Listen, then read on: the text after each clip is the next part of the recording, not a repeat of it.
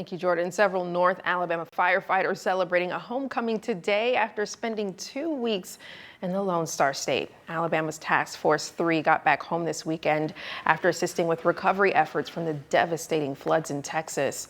They were responsible for searching 12 miles of river in Kerr County.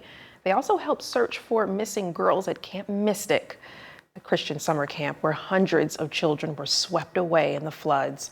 Most of Task Force 3's job was recovering the dead and missing people in Kerr County. Fox 54's Caleb Aguayo introduces us to one of those hometown heroes.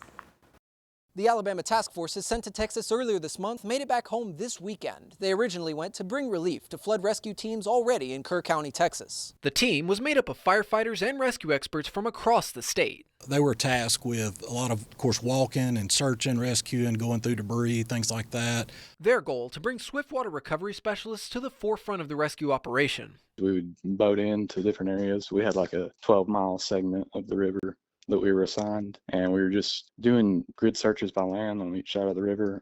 We'd come up and we'd find debris piles, and if we could clear them by hand, we would do that, and if not, we would have K9 teams that would come behind us. They also conducted specialized operations like canine searches, extrication, and medical stabilization. They left in mid-July for a 2-week stint, working 12-hour shifts to help get people, pets, and belongings out of the flood waters. They put in a lot of long hours every day and doing something that was nasty, dirty, dangerous.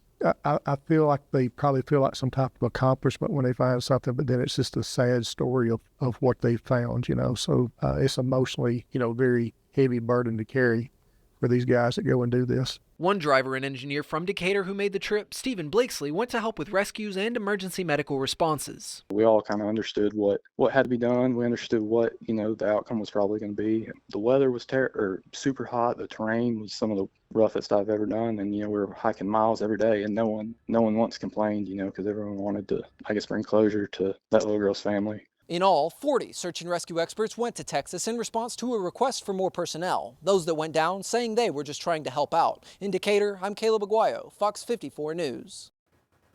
The Alabama Task Forces were among 29 states that sent assistance to Texas. Blakesley and the other firefighters who made the trip saying they're glad to finally be back home with their families. And we're glad they're back too. Fox 54 is proud to be a part of ongoing recovery efforts for those impacted by the floods in Texas.